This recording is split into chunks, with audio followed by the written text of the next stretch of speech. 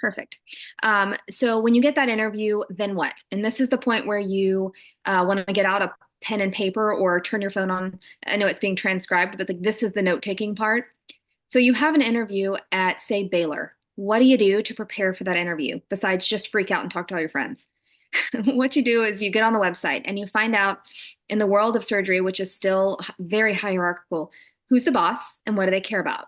So at Baylor, if you look at the very top of all the surgery bosses, you see the chairman. And for us, that's Todd Rosengart, right? So he's a cardiac surgeon. So you have to know what he likes because chances are he's been here for over a decade. He's been hiring people who likes what he likes. And so for us, he's an NIH funded researcher. He's very interested in leadership and communication and process improvement.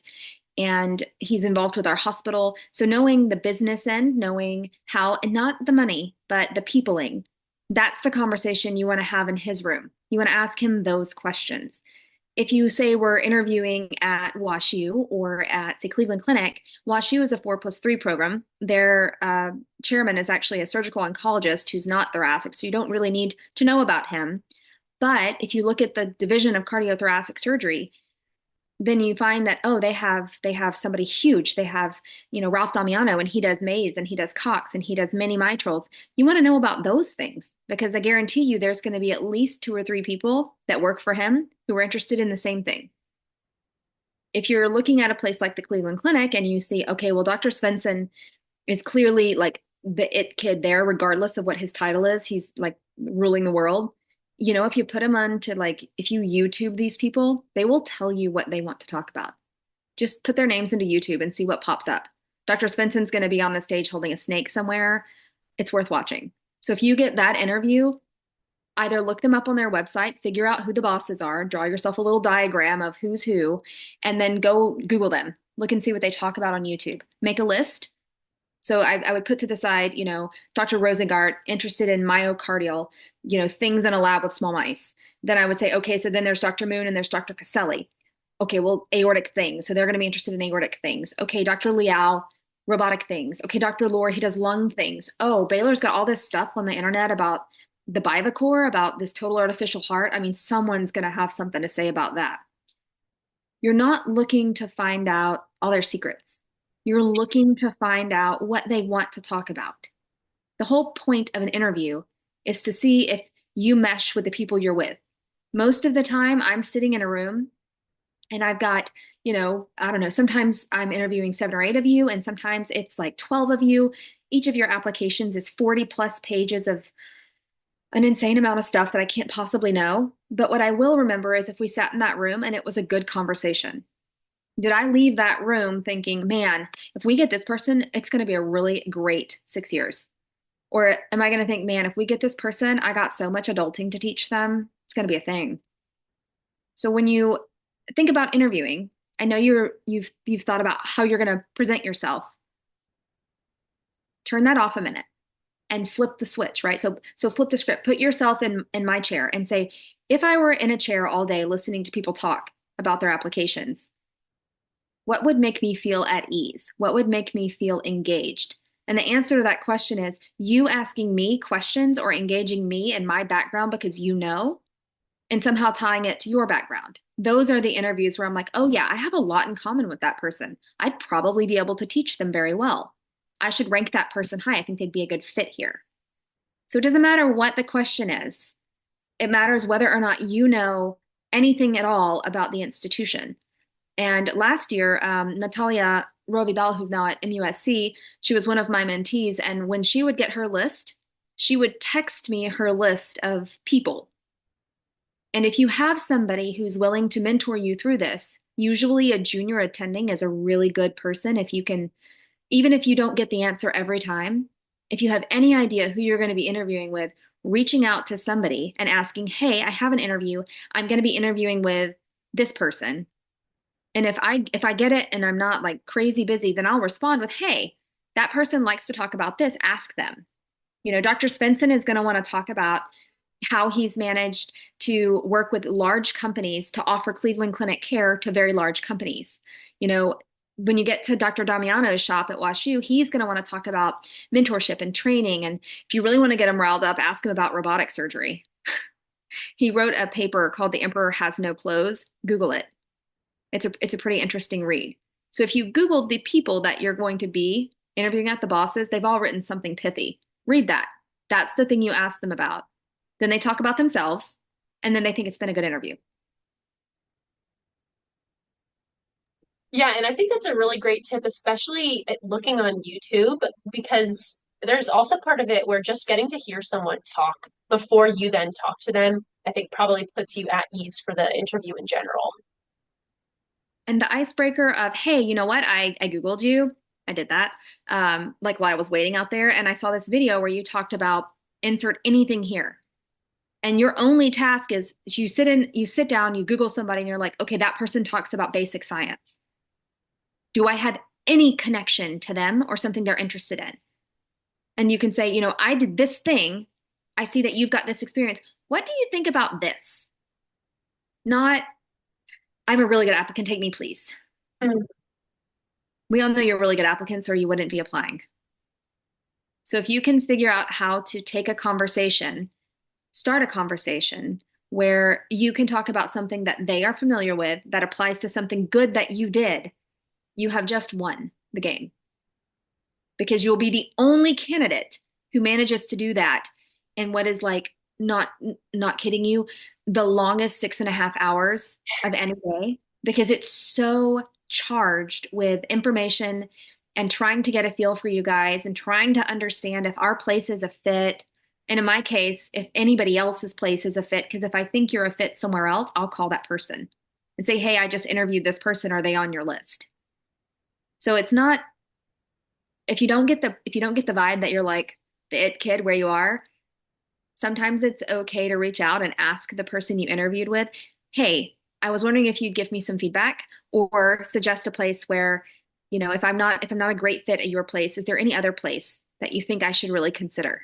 That just shows me that you're open to learning and growing. It's important.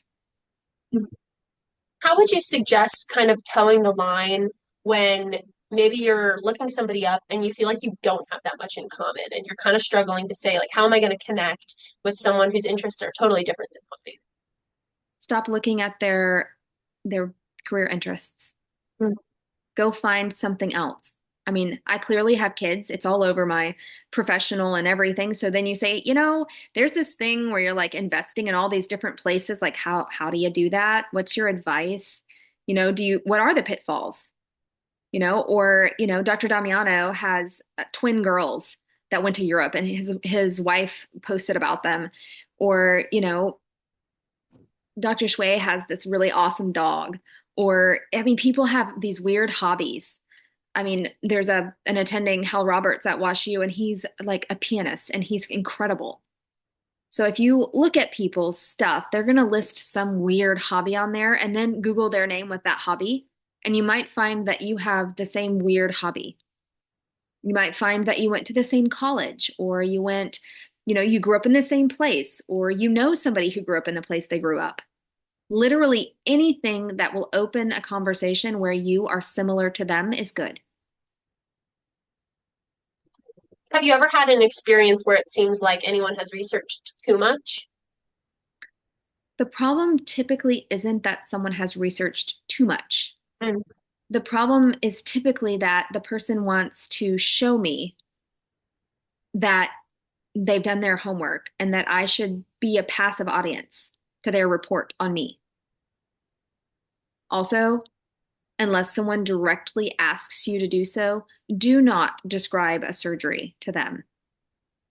Do not take them step by step by step through what you know. I promise you, there is no good outcome to that unless someone asks you very directly, hey, walk me through the steps of cannulation, which, Mm. by the way, unless you've written it somewhere that you can do that, most of us won't do that. Most of us, and anybody who does that, either you've told somebody that you can, or they want to see how you respond to being put on the spot. Mm. Sometimes when someone walks in and they're a bit cocky, I like to push and see what happens. Do they double down or do they back off and reapproach? Mm. Because if I'm in the OR and somebody doubles down, then that's a big problem Mm. because I can't operate on sick and dying human beings, often aortic emergencies, if I'm having to worry about whether my my resident's going to go rogue. Mm. Have you noticed, like, talking about the difference between coming across confident in the fact that, yes, I have like kind of done my research and would love to talk about it versus coming across more cocky and more telling you about my research? What's the best way to kind of navigate that and make sure you do it well and that it comes across genuine? I mean, the best is to kind of be genuine. I don't have another, like, there's no way to come across, I suppose. If you can just keep your mind wrapped around the idea that the whole point is to give them objective evidence that you can have a good conversation with them, that you can connect, that you have enough similarities that the teaching style and the personalities of the people around you that you're coachable. You want to be coachable. And you have to be able to, as the learner, you have to be able to adapt to whatever coaching style is in the room that you walk into. Because, I mean, when I was a trainee, I certainly thought, well, the good teachers can adapt to anything. As a new attending who's doing, like this week, I did a redo with a homograph that I had to use two homographs for, and the guys had like a few redos, and it's a hot mess in there. If anyone was going to be participatory, they would have to adapt to what I needed for the day rather than me having to also split part of my brain into me adapting my teaching style to them because the person on the table gets to be the priority. Mhm. And so if you walk into an interview room and you're rigid and you have to have your interviews come at you in a very specific way, or you freeze or become aggressive, that's a big red flag for us. Mhm. So when you are experiencing these kind of like different interview styles, and perhaps you're coming across one that's really not very conversational, I know that sometimes that's a tactic, is that people try to hardball it and they don't make it really a friendly environment. At that point, you then try to pivot and not make it about a personal connection and really make it more about selling yourself. You certainly can, and we'll talk a little bit about what an elevator pitch is. But in general, in the past, when I've had residents go to places, and some of them even interviewed at my place, and they interviewed with people, and mind you, we're all just human beings, and we're all just as weird and awkward as you are. And sometimes some of us are even a little more weird and awkward than you are. And so there are times when it wouldn't matter if you came in there and were like Mother Teresa, it would still be awkward because that's just how that person is. That's the like small feral animal they've become in their environment. And so either you can handle them or you can't, but the chances of you getting them to change their behavior, like slim to none. And you need to take that into consideration because sometimes you walk in and you have that interview and that's your sign. It's not a good fit. That's not a good fit. And if that person is very awkward and they are allowed to interview repeatedly, you give them the feedback. Hey, this was not a great interview. They're going to ask for a debriefing session, and you can like choose to wait until after like the match and then offer that up. Hey, this was an interesting interview. These behaviors were a little strange. You can choose to be completely silent, and believe me, it all gets back to us anyway. Mm. I had, Natalia had interviews where she was like, "Wow, that went really bad." She's gonna kill me when she hears this. But those are interviews where I was like, "Oh, then if the person she is awesome." I'm like, if the person you are makes that person that way, like you really want to train there, that's not gonna work. It's not worth it. And for her, it was very stressful. She's coming from Puerto Rico. She's not her only experience is like traveling around doing aways. She did fine. She matched fine. So I think if you walk in and you're genuine and you're kind, you give them the best of you. If they aren't a fit, it's probably not about you. And when I say give them your best, what I mean, so I had Dr. Damiano actually, when I was preparing for interviewing for faculty, he said, "Do you have your elevator pitch ready?" And I was like, "What's an elevator pitch?" So I was faculty before anybody taught me this. And he's like, when you get in the elevator with somebody really important and you have like 30 seconds to catch their attention or they're going to walk away when they get off. And I was like, "Sir, I probably won't know who they are. Yeah. And that's how I learned how to prep. That's why I prep for meetings. So if I do end up in the elevator with somebody that I need to impress, I at least know that I'm supposed to impress them. But he basically said you have 30 seconds to catch their attention and want to have a conversation with you while they walk to the next place. You have 30 seconds to start and 2 minutes max.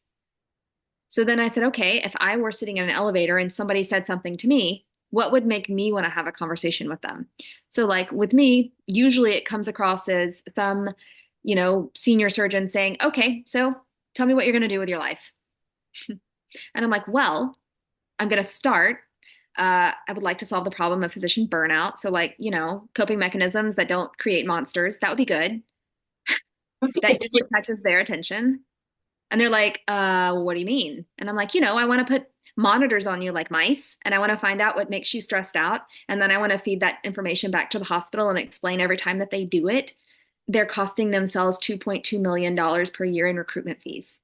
Like, your Epic inbox, you shouldn't be answering that. A scribe should.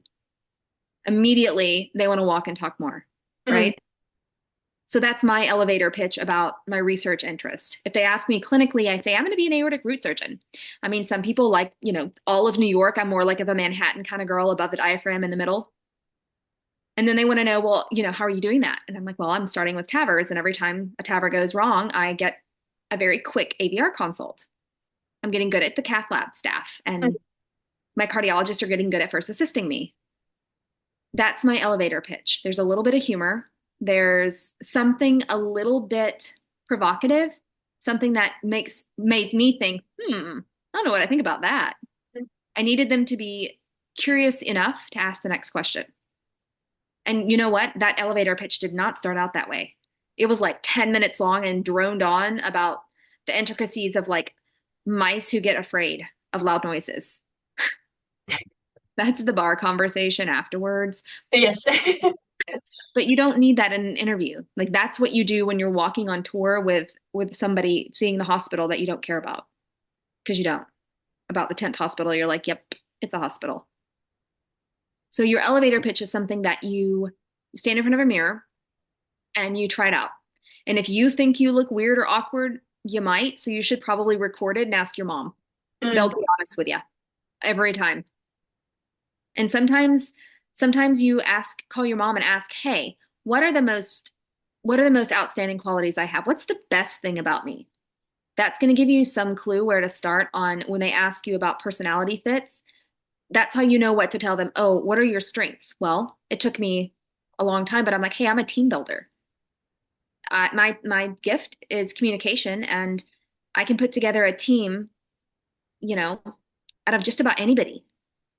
That's my gift. Some of you, your gift is seeing the problems and seeing them in a way that you can build a solution for people on the spot.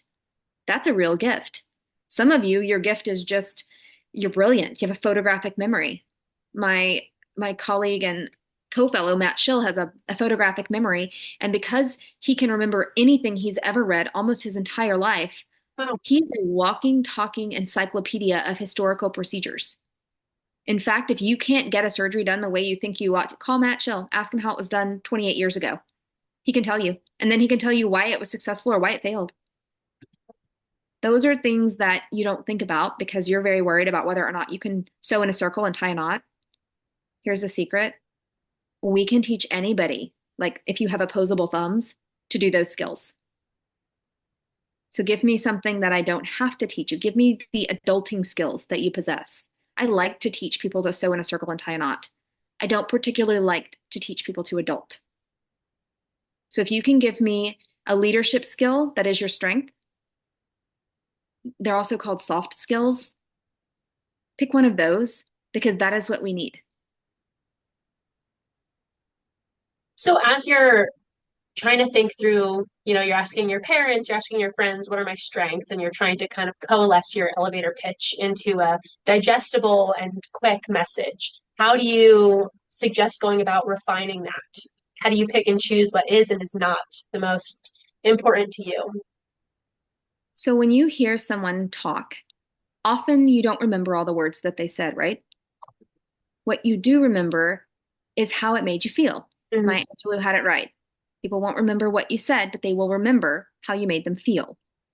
So when you're trying to refine it, you can cut anything out that you think doesn't give out the message that you want people to receive. So for me, I need people to know I'm probably going to ask a question that you don't think is relevant, and then I'm going to challenge you to accept that it is relevant. Mm. I'm also not going to do that in a way that makes anybody embarrassed or ashamed. That's my unique skill. I can ask hard questions and in a way that makes people want to help me find the answer.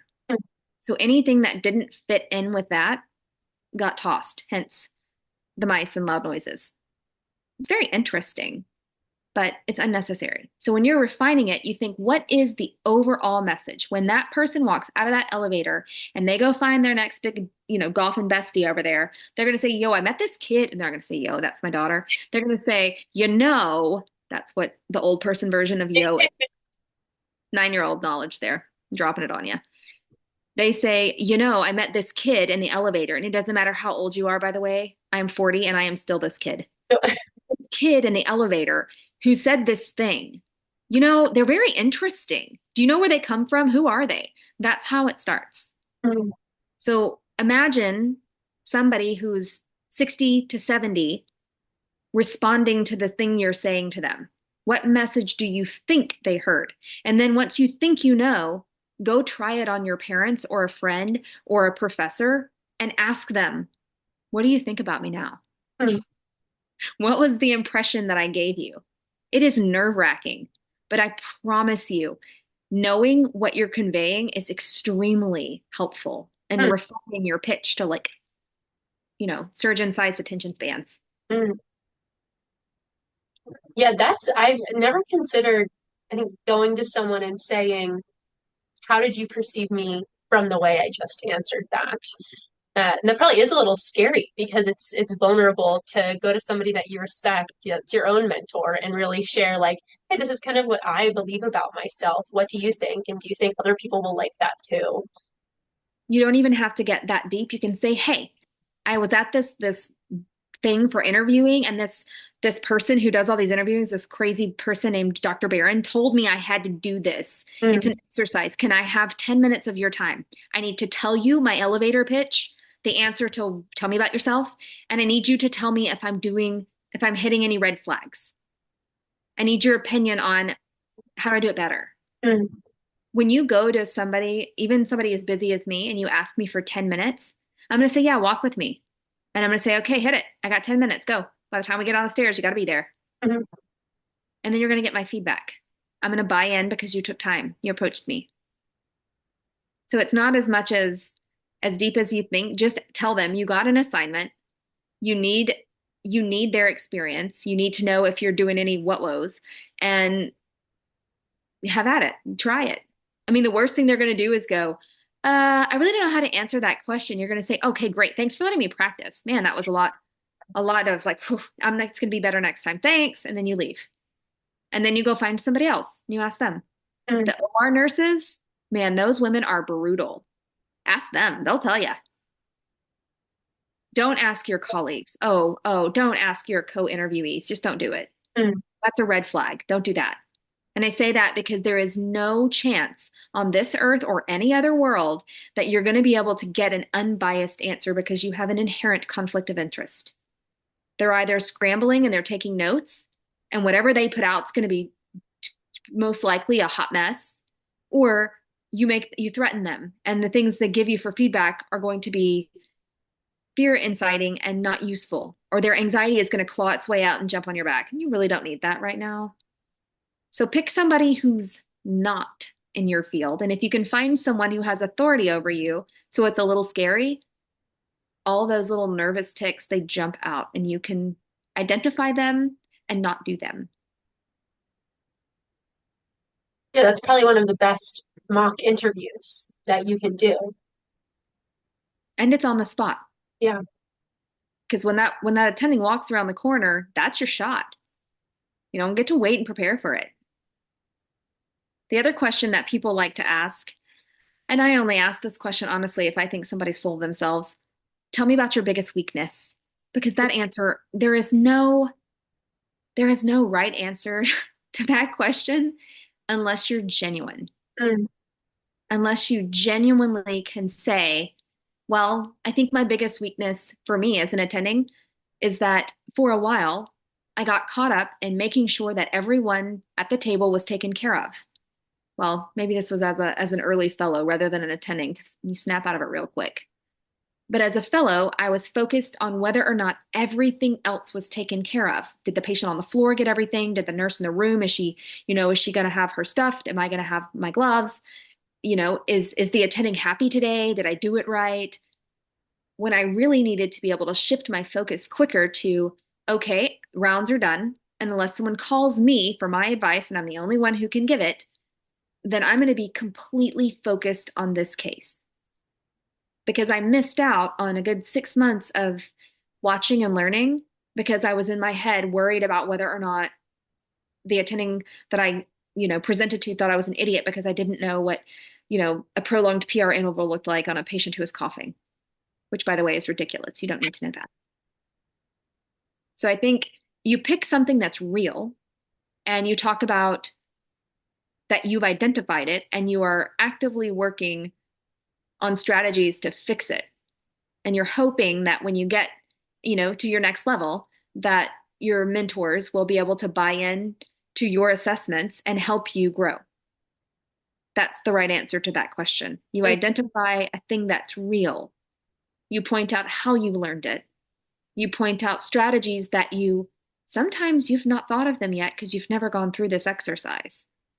But sometimes you say, okay, so I've identified my six weaknesses or my 12 weaknesses, or because you're I6 residents, my like 37 weaknesses.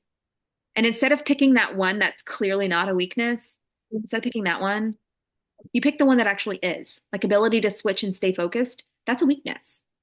And then you talk about this is how I identified it. This is what I've done so far to improve upon it.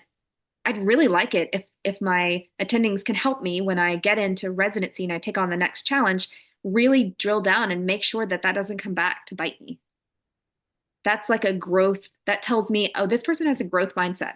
They are not afraid to have their weaknesses pointed out. And when you give them that kind of information, they know exactly what to do with it. And it's not run home and tell everybody that the attending was mean today.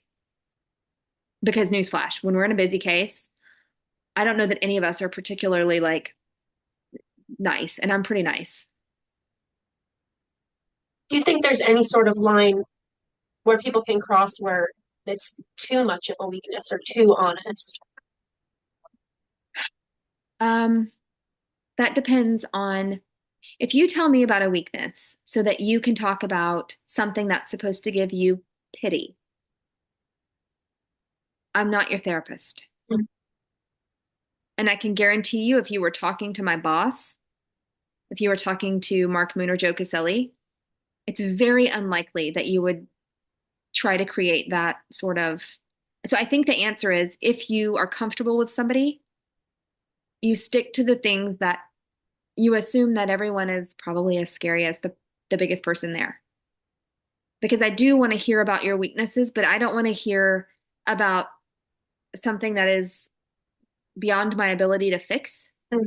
any more than my boss does. It's not going to make me want to help you more. It's going to make me concerned that you're going to over ask of what can be done in a like a trainer learner relationship.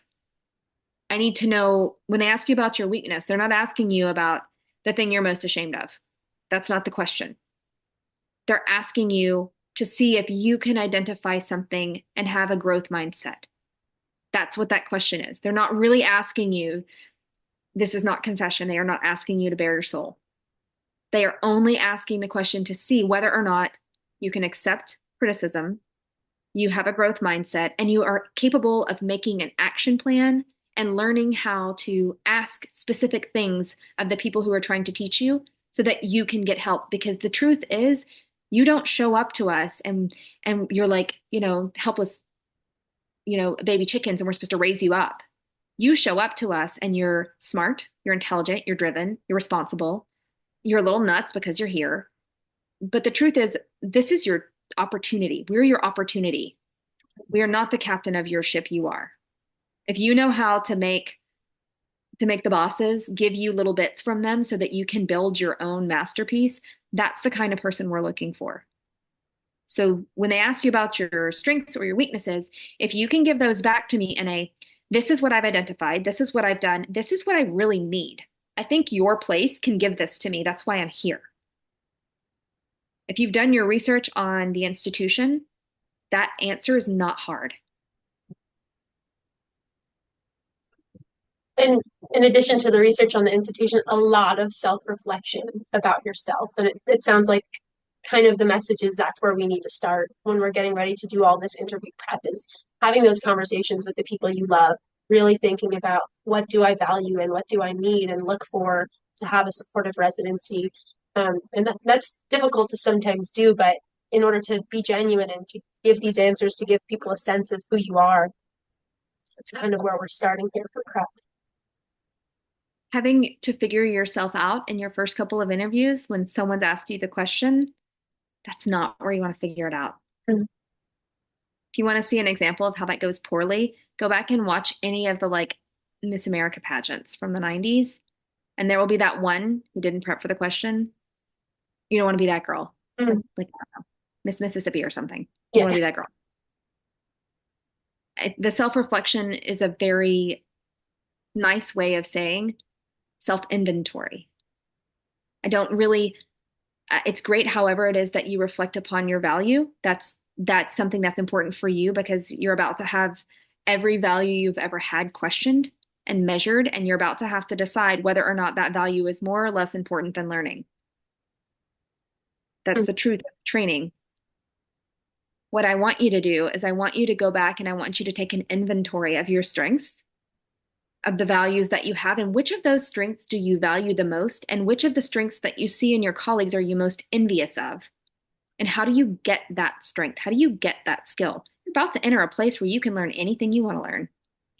If you find the right person and if you're looking for a specific skill and you ask one of us, hey, can you teach me how to run the room during coming off a pump? It's crazy in there. Mm-hmm. Hey, can you teach me how to deal with like this crazy patient who just screamed at you and you just smiled and walked right out and you're still going to take care of them? What went through your head? How'd you do that? Or you just took a stitch like behind your back left-handed. How in the world did you know that your body position needed to be like almost on your head to take that stitch? If you ask the specific questions, people will teach you. So it's more about what strengths, what's your inventory? What do you have? What do you want? Who has what you want? How do you get that want? I like that, taking inventory. Okay, so just being respectful of your time, we have about 10 minutes left until we're at 8:30. I did want to open it up to see if anyone in the chat or if they wanted to raise their hand and ask if you have any questions that you're particularly interested in having answered, especially as it relates to what Dr. Barron was just talking about.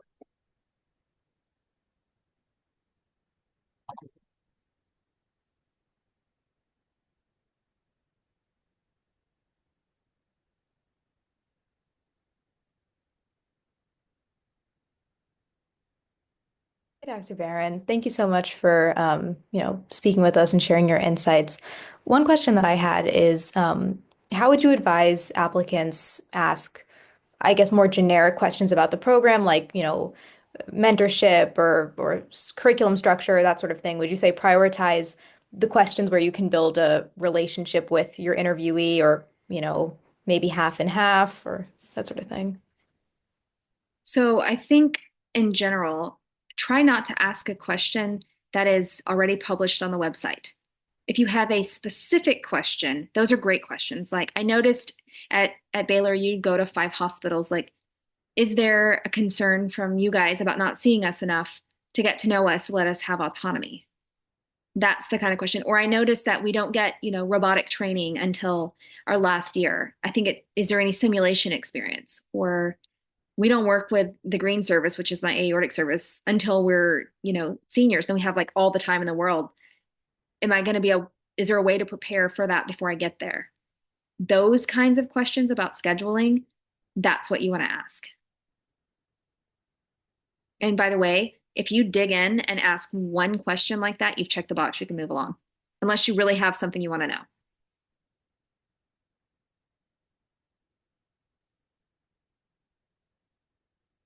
But this is going to be fun. I'm about to start calling you guys out. It's going to be great. I don't even know if Allison's still listening, but I'm happy to call her out. Allison, I'm here. Hello. all right. What's the question that you're worried about? Um, the tell me more about yourself question. How do you keep that precise and sort of wrapped up at tidy and kind of put a bow on it? You start with a single sentence. It can be, I am my sentence because I it's a single sentence with a period. There's like punctuation involved. So I come from a small town where there's more pine trees than people. There's one stoplight and a Walmart. It's kind of a big deal. That's my first like period. My next that always like gets eyebrows up and I'm like, so I'm pretty good at communicating because trying to get my life explained to my family and everybody who's important to me means that I have, one half of my brain in each world. I've found that that's very useful and that I enjoy building teams. So I typically start with one sentence that either has humor or is a statement about yourself that reflects positively on you. This is not the time for confession and has a period at the end of it. Try your sentence out on not other applicants. Thank you for that. Mm-hmm. And is it okay for that first sentence? Like, I feel like a lot of times people will try to use the same kind of sentence to open their personal statement. Would you suggest straying away from that, like trying to use the same story 2 times or? No, it's fine. Because Okay. honestly, by the time I've read like 12 of your personal statements, I can't remember who's who. I will have written notes about you, like this person was, an Olympic rower, or this person grew up in some other place that I don't know much about. Ask about that, or this person is very interested in like Natalia liked to call it ballet school, but the truth is the girl went to like Juilliard, and like the only thing they have are like professional, like small children growing into professional ballerinas in Puerto Rico. Like that was very interesting. So I wrote down the thing that I was actually interested in. So the chances of me instantaneously recalling your personal statement are zero, unless you wrote something really, really interesting or really horrific. So you can start out with that same thing. And if I have any memory of what your personal statement was about and what I was interested in, that will be my next question. So it actually works in your benefit as a memory jogger. Mm. Don't read me your don't give it to me like don't recite it for me. I don't need that. Give me the story behind the story.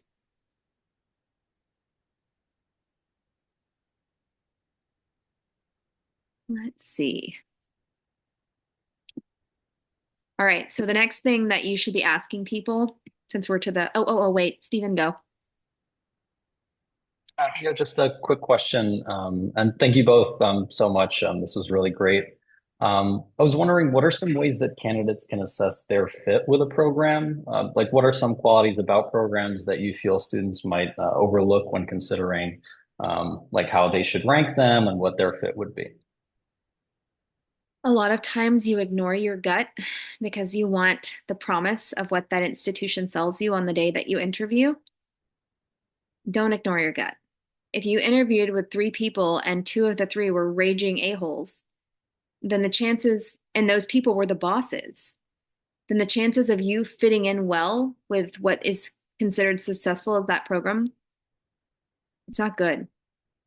So if you want to assess your fit with a program, if you're someone who is a communicator and you sail through your interviews and you still can't tell, find a resident and ask the resident, hey, what's your favorite, like who fits in well with you guys? Like talk to me about your favorite co-resident. You can ask them anytime, hey, talk to me about your favorite co-resident. Talk to me about your favorite attending.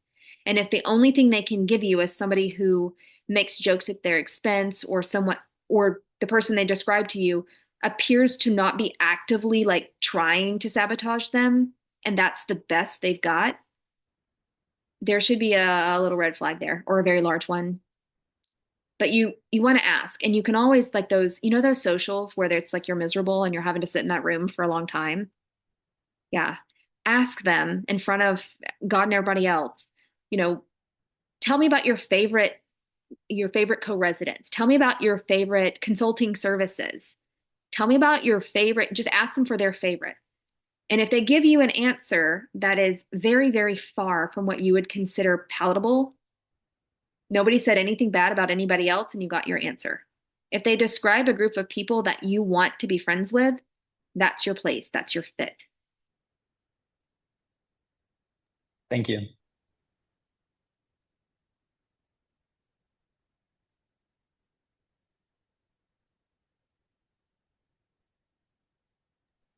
I Oh, did also, get a, oh, go ahead. one more thing.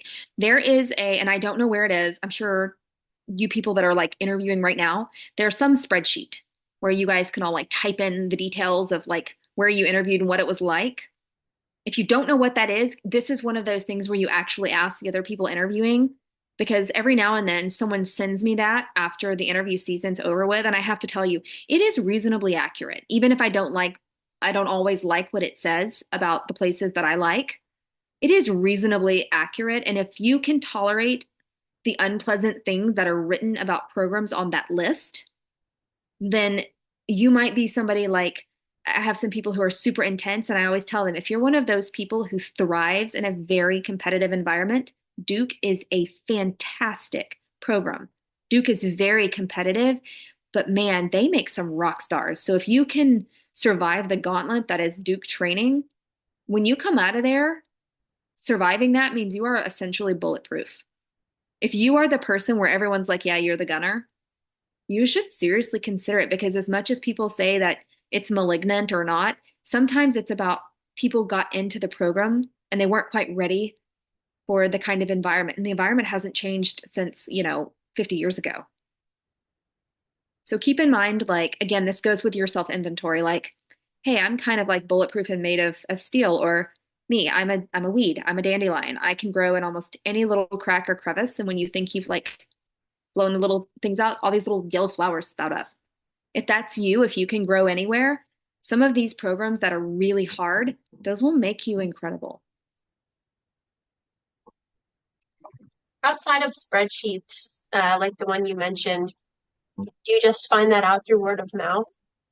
Usually, you guys have this like group chat that I keep trying to like infiltrate and I can't quite do it. There must be like some code of honor with you guys. But if you ask around, particularly the people who matched into the I6 program last year, um, like usual, and also like Monica Hallis at my institution, she's pretty like savvy with it. Natalia Rovidal at MUSC, she was an I6 last year. Nadia, she's an I6 resident at Nadia Bakir. She's an I6 resident at Cleveland. She'll also know about these spreadsheets. Pretty much anybody who's in a program already, ask them where to find them. Mm. It's like a running spreadsheet. And it goes back like years. It's crazy information. Like I got it and I was like, wow, 10 years ago, this was a very different program. Mm. But it's nice because it gives you guys, it's like, I don't know, it's like a burn book. I do think that they have some copies of some of those on Reddit.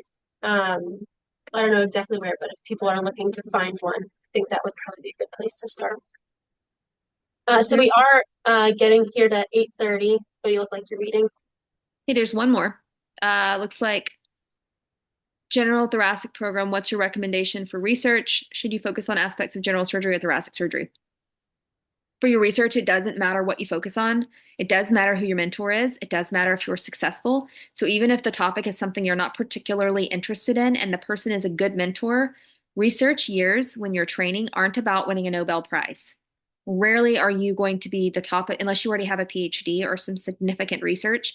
You are going into those years to learn how to do research, to learn how to support yourself, or if you want to do that. Pick the person with the best track record of getting their mentees publications and go with them.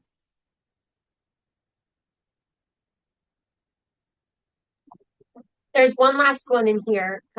If you have time, we could briefly touch on it, the difference of connecting with people during your interview on Zoom via in person. So we did a lot of this because the boards this year for the boards for the last several years have been in Zoom. So one of the things about connecting with somebody on Zoom is you have to have things that are not distracting. So it is relevant. So like I see some of you have blurred your backgrounds. If you're against like me, I'm against a white wall, so you can see my shutters. And ideally, you don't have your cats like jumping in and out of the picture, but you probably wouldn't do that in an interview. You got to set yourself up so that number one, I'm looking at you face on, so I'm not distracted by what I see. If you look like this, it's a problem. If I have to see this, it's a problem. If you're doing this the whole time, or you're jiggling your leg and your computer's doing this, I don't like feeling like I have nystagmus. So I would say to connect with your interviewer on a Zoom call, the most important thing you can do is make sure there's nothing distracting in your background or that you're doing or that I see. So like look at the view coming back at you and make sure that there's nothing super distracting. If you have glasses like I do, I have to make sure that my screen is not so that the blue thing is on the blue thing, it's on the lines. I move this so that I don't ever have like the glare of my glasses right on my eyes. So if that's you, if you have glasses, like do those things. Like put yourself on your own Zoom, make your own meeting, record it, and take a look at it.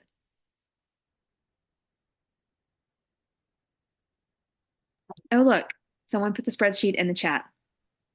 Thank you very much, Andrew. It was very kind. I was like, don't turn the thing off until everyone's had a chance to click the link. Everybody needs to click the link. Yeah. Good point.